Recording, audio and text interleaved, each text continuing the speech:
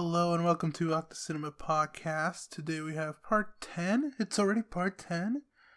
Yeah, it's our last episode before our predictions. So today's West Side Story. It's the last movie we're going to be talking about, but don't forget we have like 50 other episodes that you can go listen to. And we're also going to keep putting one episode out a week after the Oscars, so you can always subscribe. Yeah, so to kind of get into it, I mean, I feel like West Side Story is such a known story. Yes. You know, it's a classic. The music is classic, and I will criticize the music. I understand it's classic, and I understand why, but I hate that it's a musical. And that doesn't make any sense, does it? I mean, the music is the worst part about this musical. Well, I don't know. I have love-hate relationships with musicals, to be honest. But with West Side Story in particular,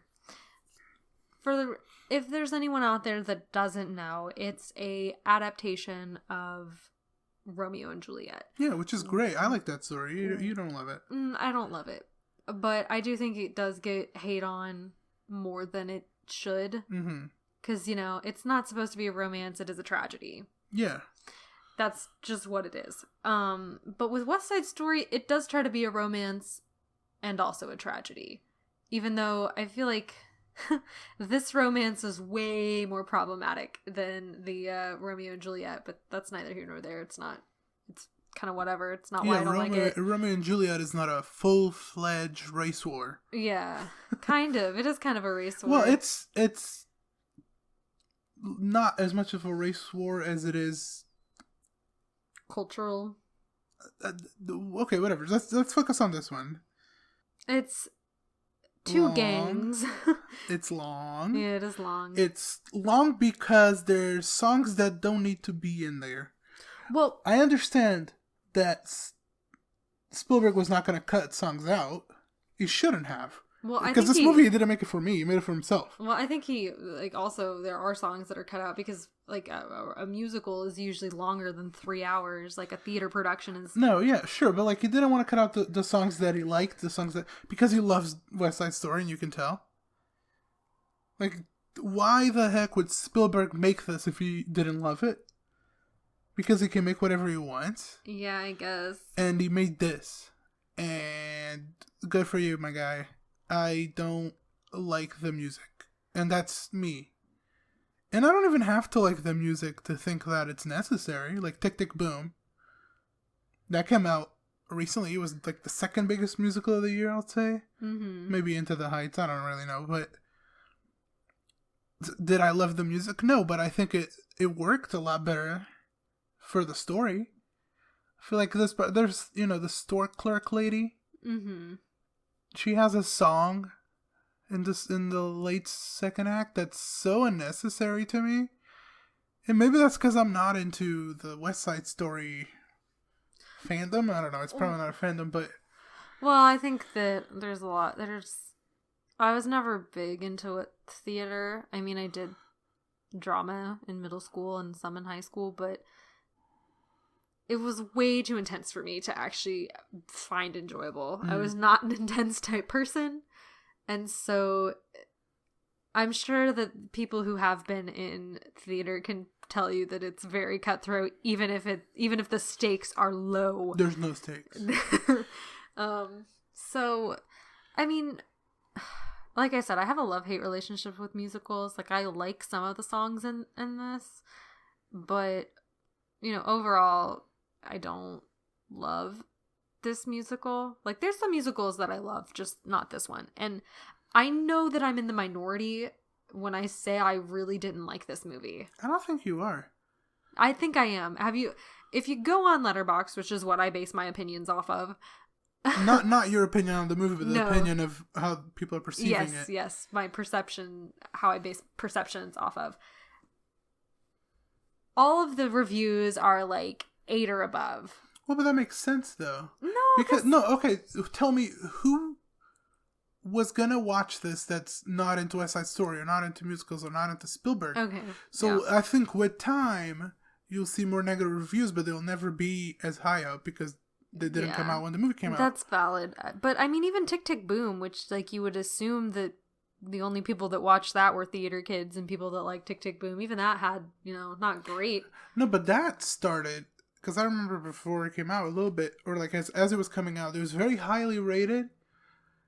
And it started to go down as more people watch it. And I think that did it faster because it is a Netflix movie. So more people had access more to people it. Were like, why not? Well, I think this movie, a lot of people that be like, yes, please give it to me. This is exactly the type of movie you'd expect as like just loaded with nominations. Yeah. It happens all the time. A big director doing a big musical is going to get Best Picture. And this is a remake of a movie that got so many wins, not nominations, wins. Yeah. And West Side Story is definitely going to get some. It could get Best Picture. It's definitely up there from a lot of critics' perspective. But the critics are not the ones voting, so. Yeah, but I mean, I feel like this movie has every kind of element that I like. I just don't like it. Where the story, I love tragic romances, but usually I like a happy ending, but this doesn't really have a happy ending. But, I like romances. I like songs most of the time. I love the type of end-all, like, love that the two characters have for each other. Like, that feeling, But... Okay, there's this... I've always found Romeo and Juliet annoying. Right. And, I don't know, some people... Romeo and Juliet is so divisive. And so this also feels a little bit divisive because it's so rooted in that same storyline, kind of. But I think that the Romeo and Juliet of this movie are not great actors. That's my opinion. Yeah, I didn't... Ansel is really hated because of the stuff he's done, whatever. Not for this episode. Yeah. And the girl is, like, not really an actress. She's the new Snow White. Yeah, I didn't particularly like her acting. She just felt a little too green. Yeah, she did feel green, right? Yeah. I think that's the best way of putting it, that she felt like she wasn't completely comfortable. Which, I guess it's part of their character still. Yeah, she's innocent. The character is innocent. She's never done anything. She has a very protective older brother. It's not a bad character. Like, neither of them are bad characters, and they're not portrayed negatively. I just don't like the actors. Personally. So, that does bring it down. A lot of the actors feel hokey. The casting feels a little weird sometimes. They never look the same age. Yeah. Like, it feels like there's such a big age difference between all the actors playing high schoolers. Some of them have full-on beard shadows, and others look like prepubescent. Yeah, but you can say that, like, about Grease, too, Right, but Grease is funny. Grease is not serious. Yeah, that's valid. And even if it was, still people still criticize it for that. Yeah. I mean, my thing is, like, it does kind of feel like caricatures. Like, when we first hear, Riff talk, the leader of the Irish gang, in that, very stereotypical, give me your lunch money, see? Like, that felt hokey to me. Yeah. I literally didn't like a single actor in this. Yeah. And there's an acting nomination, and people seem to really like her, and she seems to be the runaway favorite. But, I don't know, I guess she's fine. Some people were, like, legitimately annoying me. But I like the story. I like all the technical aspects, because we disagreed on cinematography. I thought it was so nice how he just held wide shots and how he used lighting so perfectly. I thought the lighting was so oversaturated 90% of the time. I really I couldn't see anything going on in a dark theater. I disagree. The cinematography was really good. The wide shots were really impressive. It opens in a way that's so captivating, the way it's shot, because it's immediately a big singing choreographic number, and the number itself, whatever, but it looks great. Yeah. And I think all the visual choices were there, and they were good, and sometimes were great. Sometimes I just have these thoughts of like, we already did this, you know? Like, we already had a movie. Yeah. That was critically acclaimed before this. Why did it... Spielberg can do whatever he wants. Yeah, but it's just why? Passion project. I mean, it's the same type of thing where why do we need a Star is Born? For what? Why do we need, like, 3 versions of Pinocchio coming out in a year? I don't know. It's baffling to me because I don't even like Pinocchio that much.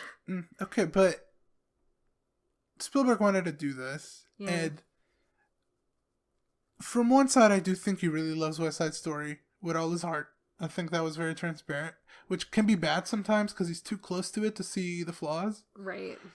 And the other side of it can be he wants that record nomination number at the Oscars. And even if he didn't, he knew he was going to get a nomination for this because of who he is. And he campaigned, so yeah. I'm sure he wanted it. I think that I was just bored. I wasn't bored. I was so bored. I like the story. I just don't like the music. I was bored. And I was just so bored. I like the direction. And I'm not a Spielberg fan, and I know he has a lot of fans because he does so much, franchisable or big nostalgic movies for a lot of people. Mm-hmm. That just, like, I hate E.T. and I have no interest in Jaws. And well, my thing is, like, for all of those Bring It On fans, Bring It On, In It to Win It is an adaptation of West Side Story, kind of. Good God. Where it's the Sharks versus the Jets. And it's, it's different, but I feel like that has more entertainment value than this. Because it's stupider. Yeah. This is dumber. Not stupid at all. But it takes itself boring. And it's boring because it takes itself seriously. But my thing is also, I think that a lot of the times, and it's not just this, it's like with Cats, with Les Mis, even though that was pretty critically acclaimed, all of these big musical productions that get a bunch of crap most of the time, Cats got it particularly hard, it's not made to be a movie. No. These stories and these songs weren't meant for you to watch on a screen. It was meant for you to sit in a theater watching the actual actors portray these emotions and these feelings and feeling the vibrations of their voices, That's why when we watched this, I made a Letterboxd review and I said this is a lot more compelling or some along those lines, more entertaining or enjoyable when it's not trying to be a musical or forcing itself to be a musical. Which is what you're saying, because this is a film. Mm-hmm. This is something that I'm enjoying more for the technical aspect than the songs. And that's why I feel like the songs felt forced sometimes, because they had to happen.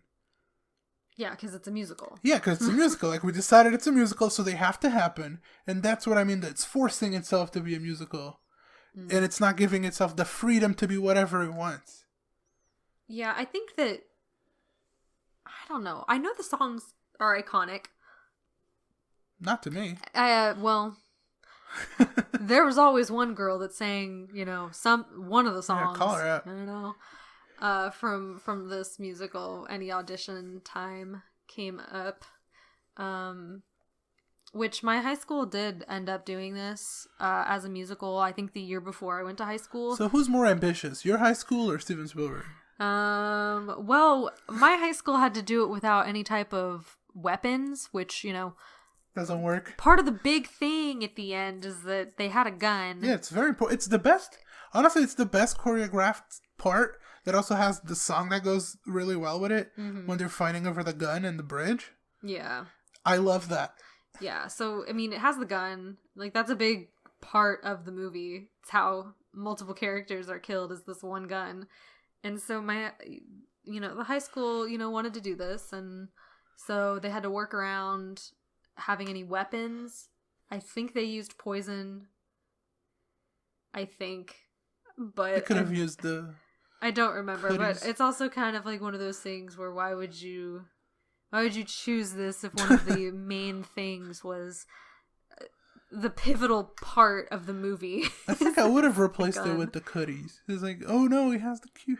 Oh, the cooties. Like, oh no, it's gonna give it to them. I don't know, but it's one of those things where it's like, the songs are so beloved, and I understand that. Yeah, but I respect that. It's kind of like, not everything has to be made into a movie. I really kind of have.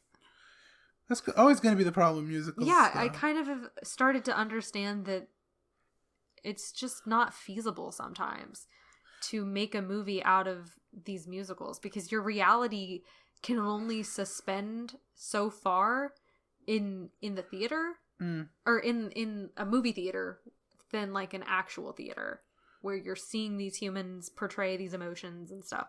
Where I think like part of the big thing why I used to like going to concerts. And I saw a couple musicals in my time. The thing that I like about them in real time is you genuinely feel their voices. Yeah, you get deep into inside of you. Like, you feel it. And you don't know these people, which sometimes helps. Yeah. Especially off-Broadway. You don't know who these people are, so you don't know their story. You don't know if they could be what they're putting in the character from their personality, their experience. It is different, and I enjoy the screenplay. I like the story. I mean, that's the classic story. I do enjoy it a lot. I like the technical aspects of this, like every single technical aspect. I don't love the costume design, but it's fine. I don't think it's terrible. But the music just, God, it's so boring sometimes. Like, the romantic songs especially kill me.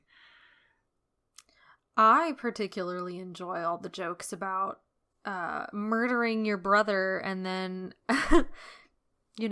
having relationships with that guy the night he killed your brother. Yeah, I mean, it's weird. But this being positive or negative in my rating system depended on how Spielberg pulled off the dramatic ending, the shooting. Yeah, where he straight up dies.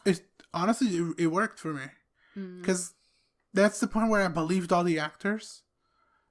It was really well staged. It was really well filmed. And that's kind of what tipped me towards a 6 out of 10 for this. And again, I know I might be dragged for this, but I gave it a 4 out of 10 because I just couldn't get past how bored I was. I really couldn't get into it. I don't know if it was because it was late at night and I knew I had to drive home 30 minutes. That could have been part of it. And I was bored. I like some of the songs. Not all of them. That's usually how a lot of the musicals work, except for Hamilton. Love all those songs. Hamilton's fun. But, I don't know. It just wasn't it for me. It worked for me, though. Like, it worked for me as a movie, not as a musical.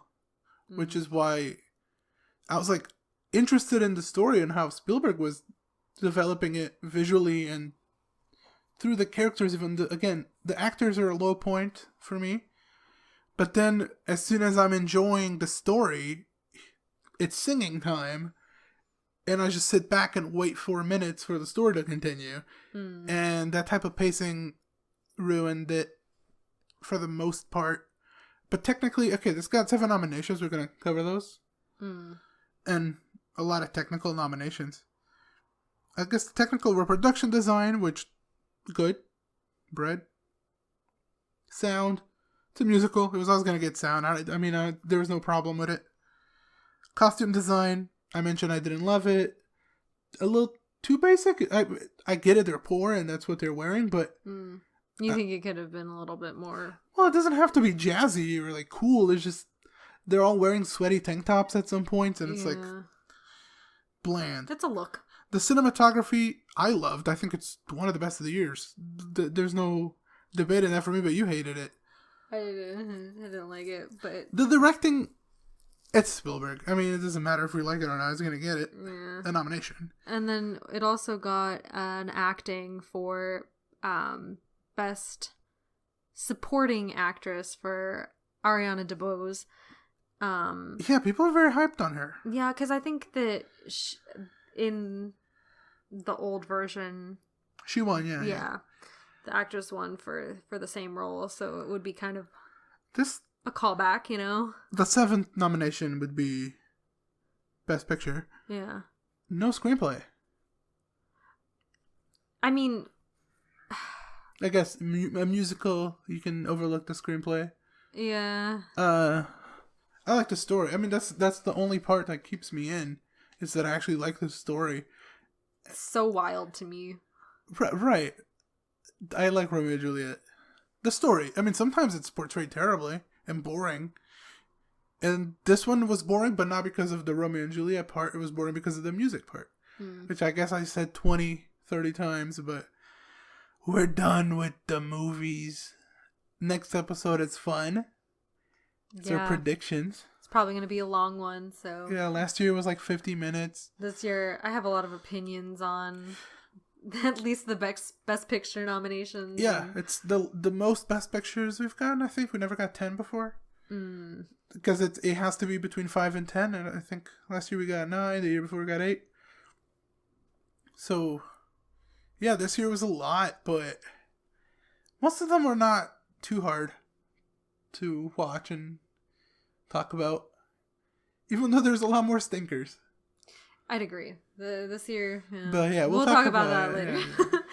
Yeah. I think that's all for this episode. So don't forget to like, subscribe, leave us a comment if you can, rate us if you can, do all that stuff, and we'll see you for the final part of our Oscar series.